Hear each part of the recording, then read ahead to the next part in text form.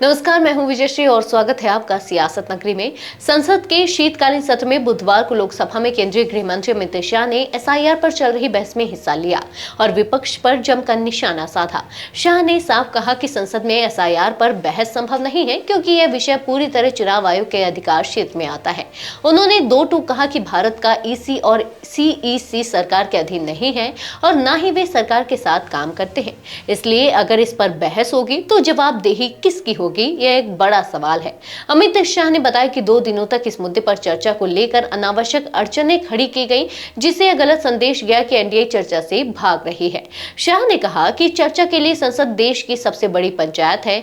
BJP NDA कभी भी बहस से नहीं भागती। कोई भी विषय हो, हम नियमों के तहत चर्चा के लिए हमेशा तैयार रहते हैं। अपने संबोधन में उन्होंने यह भी याद दिलाया कि एसआईआर कोई नई व्यवस्था नहीं है। पहली एसआईआर 1952 में नेहरू सरकार के समय हुई थी।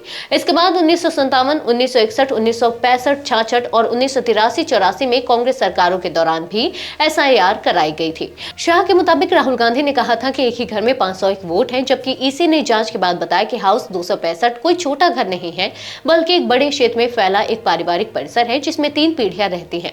ना घर फर्जी है और ना वोटर फर्जी। गृह मंत्री ने बिहार से जुड़ा एक उदाहरण भी पेश किया। उन्होंने कहा कि विपक्ष दावा कर रहा था कि बिहार में एक वोटर की उम्र 34 साल है, लेकिन सूची में उसे 124 साल का दिखाया गया।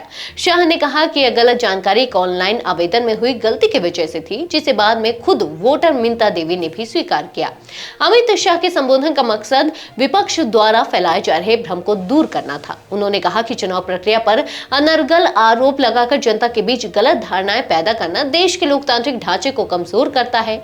शाह ने दोहराया कि चुनाव सुधारों पर चर्चा के लिए सरकार हमेशा तैयार है, लेकिन संवैधानिक संस्थाओं को राजनीति में घसीटना उचित नहीं।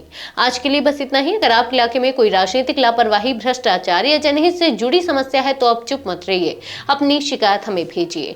सियासत नगरी आपकी आवाज को मंच देगा और जवाबदेही तय करेगा, क्योंकि अब हर सवाल होगा सीधा सत्ता से।